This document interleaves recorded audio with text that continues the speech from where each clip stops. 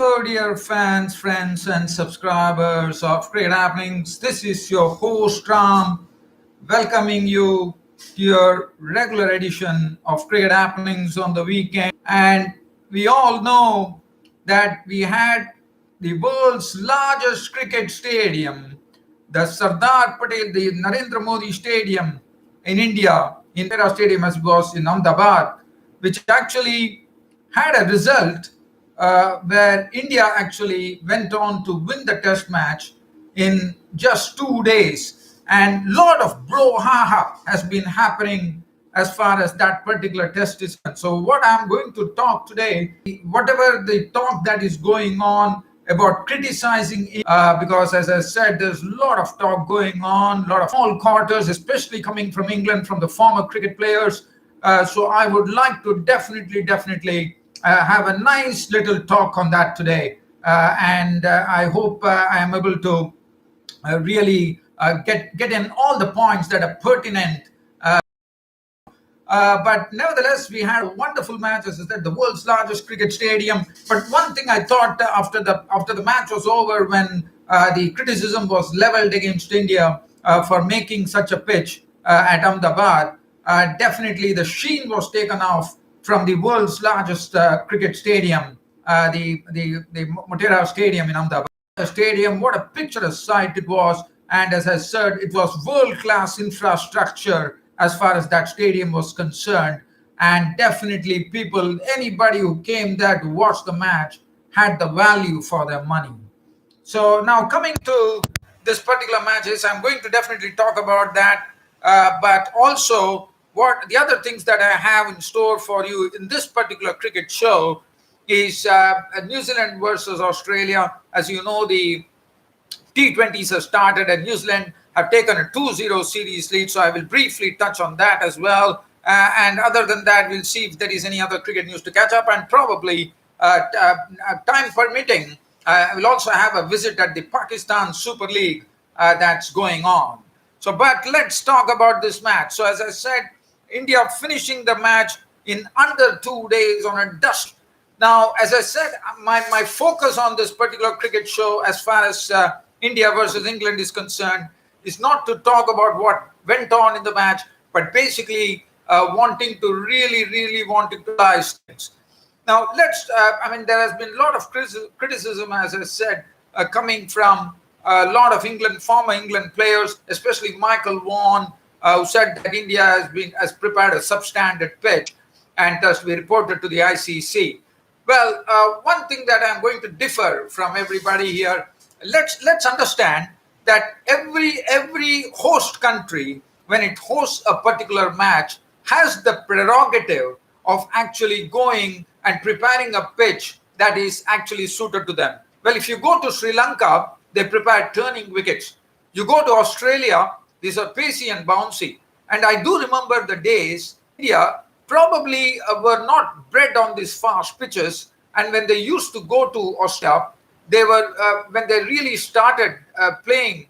Probably the first test match was sometimes played at the fastest cricket pitch in the world at that time. It was the WACA in Perth, the Western Australian Cricket Association ground in Perth. And I can tell you, the Indian batsmen were looking like rabbits under headlights. And you know that India basically didn't have any pacey or bouncy pitches to even practice on. So when they got there, it was really a sort of a big shock. It's not shocker basically, but that is how the Australian pitches are. And we had no complaints about it. India were losing a lot of matches. Yes, we had very good bowling with our spinners in the 1980s that we could, as I said, 1980s, and they could actually pick up some wickets. And we had some great batsmen like Sunil Gavaskar, Gundappa Vishwanath, and to name a few. But so nobody grumbled about it. When we go to England, we play swinging and seaming conditions. Yes, that is not something that you can control. That's the weather. But India gets acclimatized. So there's no complaints for that. Now, as I said, you go to Sri Lanka, they prepare turning pitches. We have seen Australia going to Sri Lanka and absolutely getting beaten hollow in one particular series, as I remember. And this has been happening. So now this particular pitch, you're talking about the pitch turning. Yes, India definitely had quality spinners, no doubt about it. Akshar Patel was just playing his second test of his career in front of his home crowd and also on the world's largest cricket stadium. So definitely, if you look at the spinners, let me ask a question. When you know the ball is going to turn, well, why did England not went and select the right arm offie, Dom Bess? Why did they actually take only one frontline spinner, Jack Leach? And probably they could have got Dom Bess into the mix. It was quite a different thing that Joe Root picked up 5 wickets. Dom Bess is a frontline spinner. Yes, I understand the problem that he was bowling full tosses in the first match.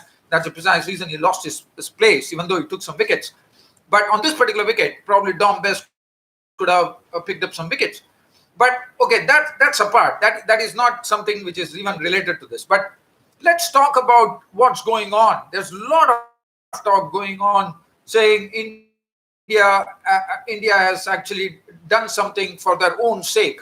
Now, let me tell you, this is not something that could be really accepted.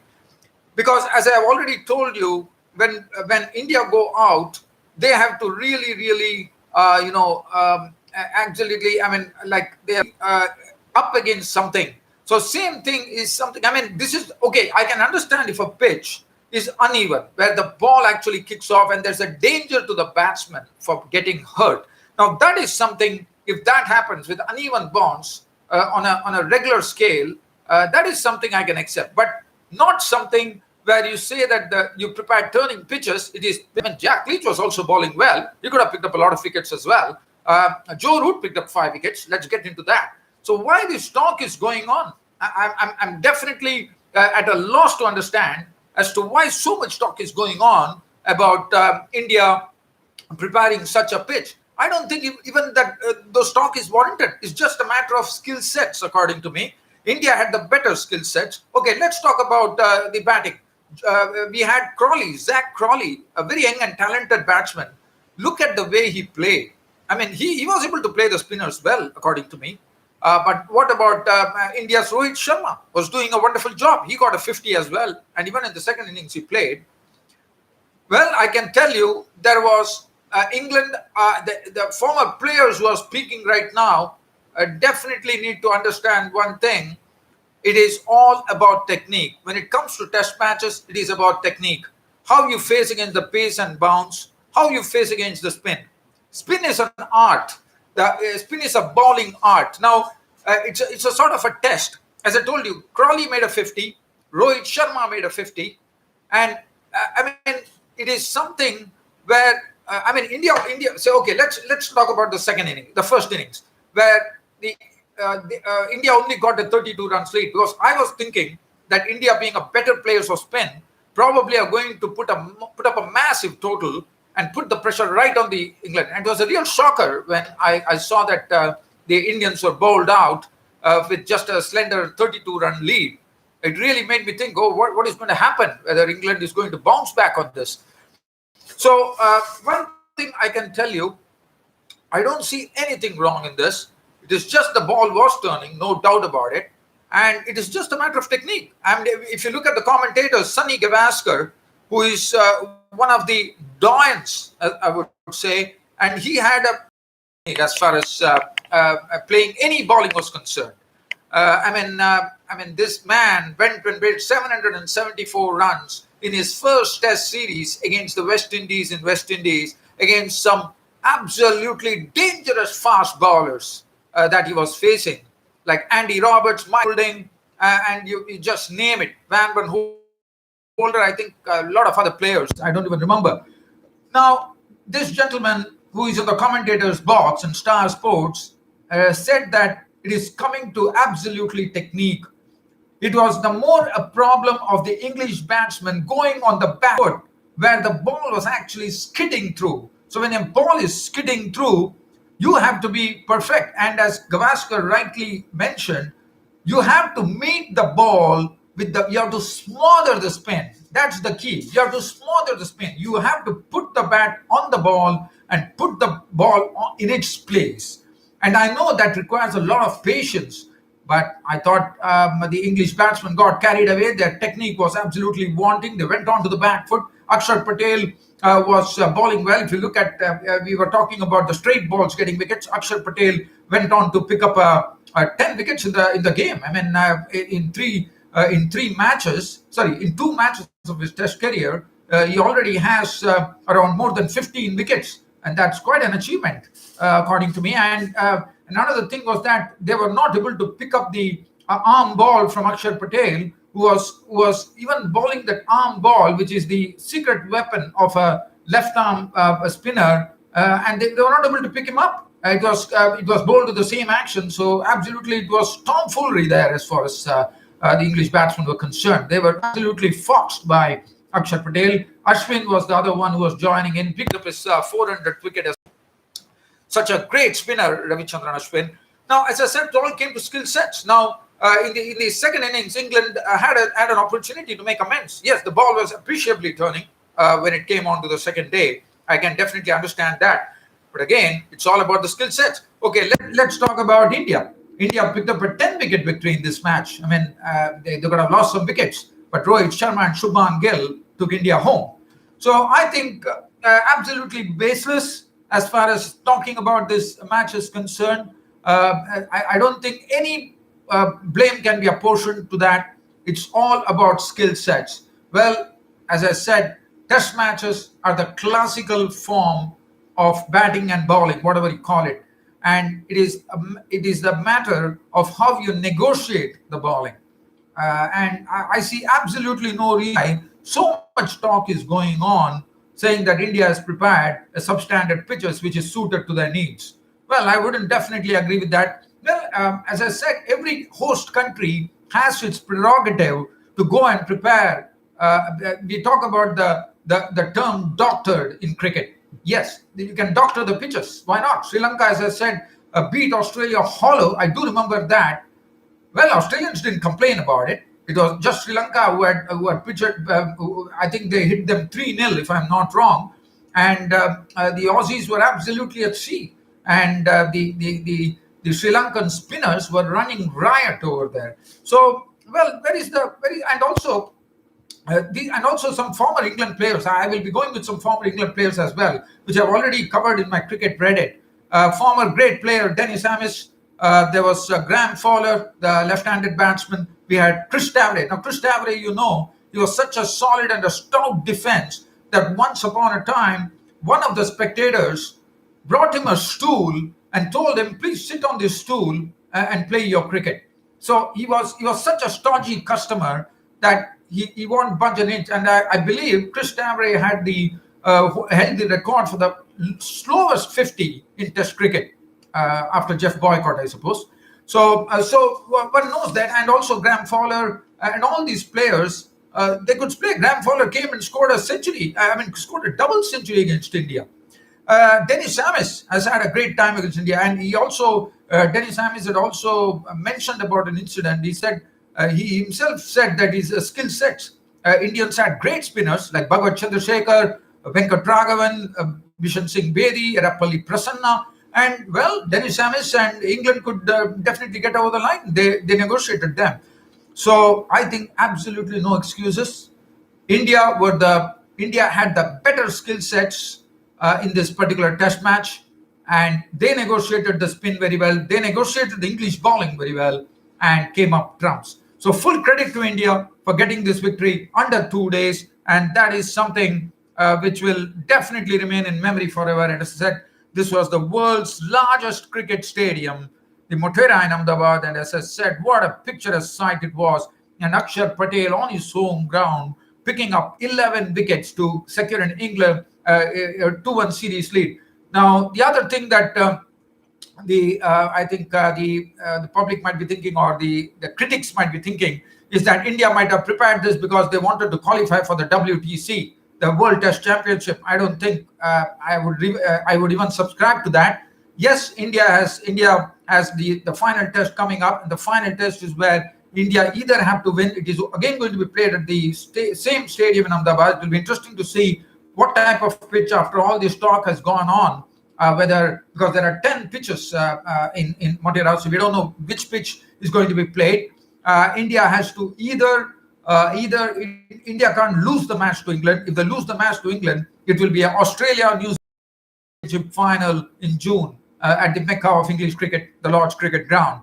But if India can either win the Test match, which will also help them win the series as well, and not allowing England to level the series, and even if India draw this particular Test match, they are into the World Test Championship final against New Zealand. As you know, New Zealand have already booked their ticket.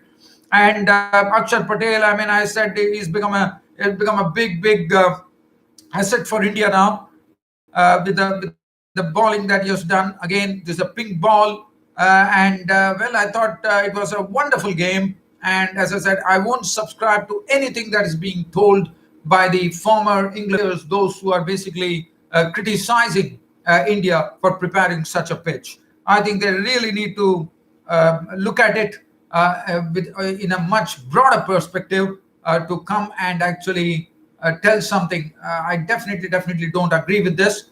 But again, I have full respect for all those cricket players, all those former cricket players who are speaking. Michael Vaughan has been a good player. We have a lot of other players. We have a former great player and commentator, David Lloyd. So I have due respect for all these cricketers. They have done a wonderful job in their time, and they know. I mean, I'm just a person who's talking on this show, but definitely I don't have the knowledge of cricket as probably as what David Lloyd and Michael Vaughan would have, but still, I still have some knowledge that I could talk about.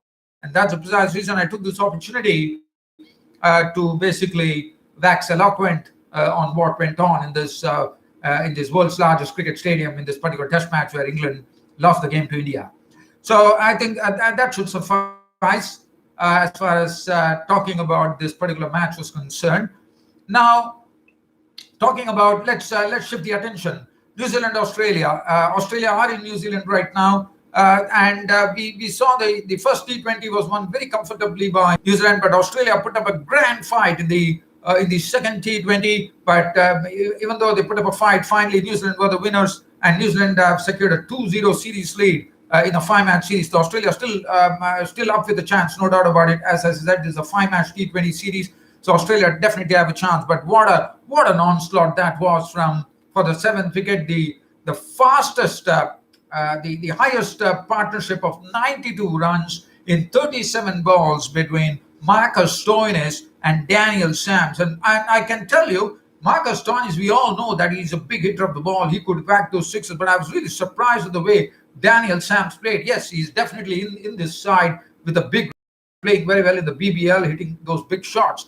But what I could see, even though the Dunedin, it was raining sixes, as it was a very small ground, as you all know, but the way Daniel Sams was handling, oh my word, I thought he was hitting big sixes. So those sixes, if I look at it, he's a very tall guy as well, has a good swing of the bat as well. And I think even on big grounds, Daniel Sams could probably send it soaring into the sky and into the spectators, in my opinion. But wonderful, 97, and also Martin Guptill finally got into form, which was good to see. He crashed 97 and also broke the record that was held for the most number of sixes in T20 cricket by Rohit Sharma of India, when Martin Guptill now holds the record for the maximum number of sixes in T20s, as Rohit Sharma's record was grounded to the dust. And Jimmy Neesham, what an impact he had with the bat. I mean, he cracked 6 sixes and also did well with the ball when 15 runs were required of the final over. He bowled a very good over to see to it that New Zealand in the end won the match. Other than that, the news that I have is I'm just trying to see. We'll go to the Pakistan Super League, I reckon. Probably getting an update. Yes, I think that's better. Let's get on to the Pakistan Super League and see what's going on there. Talking about the Pakistan Super League, there is one game here where the Islamabad United were bundled out for 118 with a wonderful spell from Wahab Riaz, who picked up 4 wickets for 17 runs, and his partner Saqib Mahmood also doing a good job, picking up 3 wickets, and Peshawar Zalmi won by 6 wickets, which was definitely a given. They won it very comfortably. If you look at the let's look at the board. In a sort of a sneak peek, one could say, the Islamabad United never got going. Alex Hales really went berserk with 41 of 27, 5 fours, 1 6. Hossein Talat contributed 22. But as I said, the bowlers Wahab Riaz and Saqib Mahmood were amongst the wickets. And Peshawar Zalmi, they lost their openers, Kumran Akmal and Inamul Haq pretty quickly. But Tom Collar-Cadmore, who has been doing a good job in this PSL, cracked 46, a runnable stuff from there with 4 fours and 2 sixes. Malik kept up his cool and played in a very, very sort of measured manner, making sure that his team would win the match. I mean, that Peshawar Zalmi would win the match. He was not out on 29 of 30 deliveries, 1 4 and 1 6. And Haider Ali was declared man of the match for a sweet little innings of 36, which only needed 18 balls in hitting 3 fours and 3 sixes.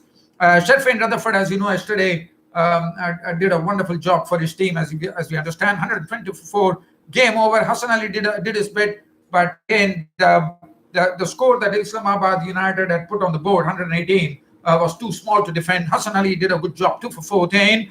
And Wahab Riaz, as I said, for a wonderful spell of bowling, picked up the man of the match award. As far as the other match was concerned, it was Multan Sultan taking on the Karachi Kings, and Multan Sultans led by none other than one of Pakistan's best batsmen current now, along with Babar Azam, Mohammad Rizwan. He made 43 of 32 fine. What a consistency! I mean, he has been reeling in scores in such a consistent manner. What a player Mohammad Rizwan is really becoming.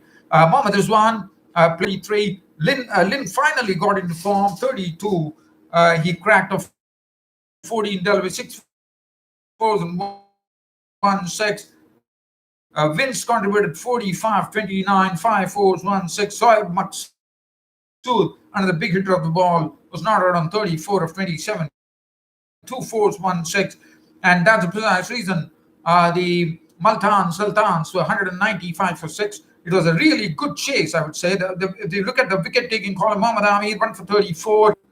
And when Karachi Kings batted, they won the match by 7 wickets. Babar Azam, what a knock he was. I mean, the other day there was some sort of a complaints going on that Babar was not out 90 of just 60 deliveries, 13 fours and 1 6. And Shahjeel Khan, 27 of 14, 4 fours, 1 6. Joe Clark, who has made it a habit of really showing his wares in this first PSL that he's playing. And what a knock from him. 54, coming in as 1 drop and hitting 54 of 26 deliveries, which 54 of 26 with 4 sixes and 3 boundaries. And finally, it was nothing to really talk about. Finally, it was all done. 7-wicket victory for the Karachi Kings. The bowling, if you look at it, Dani had 2 for 28. Other than that, nothing. Babar Azam was named man of the match. So, well, dear fans, I think we are almost coming to an end of this cricket show, I reckon. I'm trying to see whether... yes, there is one news that I want to cover just before I leave this cricket show, and that is to say that there has been recalls. As you know, Chris Gayle has been recalled to the T20 squad, the West Indies team. Not only Chris Gayle is not coming as a surprise. We know, he packs a punch. He's someone who brings that sort of a oomph to the T20 cricket. And this man, you can't keep him away. At the age of 41, he has made his comeback into the West Indian squad when Sri Lankans will be touring West Indies and he has been included in the T20 squad. And another big surprise is 39-year-old pacer Gayle Edwards, who did wonderfully well in the Caribbean Premier League, has really come back with a bang at the age of 39 with his searing pace. I mean, at this age also, his pace has not withered. He has been bowling with searing pace in the Caribbean Premier League, and he has got the nod. Can you believe it? Gayle Edwards, one would remember, he became a commentator later, and now he's once again back into business. And I think he brings a lot of real power into the pace power into the because he's such an aggressive bowler and he's very good to watch as well, Gayle Edwards. So the team composition: Kieron Pollard would lead the side. Nicholas Pooran is the vice captain for his, and I'm very happy to see Pooran has been made the vice captain. Fabian Allen, the all-rounder. Wayne Bravo, Fiddle Edwards. Wayne Bravo, he's also someone who has come back.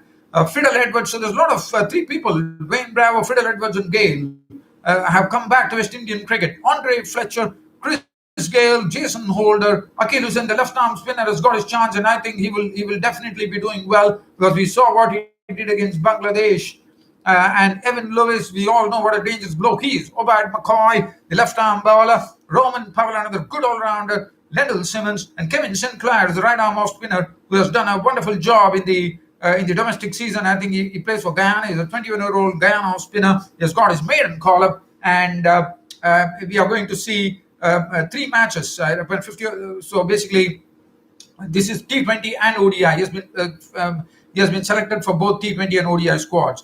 But what I was talking about this particular team is the T20 squad that West Indies have selected when Sri Lanka West Indies. Well, dear fans, subscribers, I think that wraps it up for today. That's on a Saturday. Hope you all loved this broadcast of mine.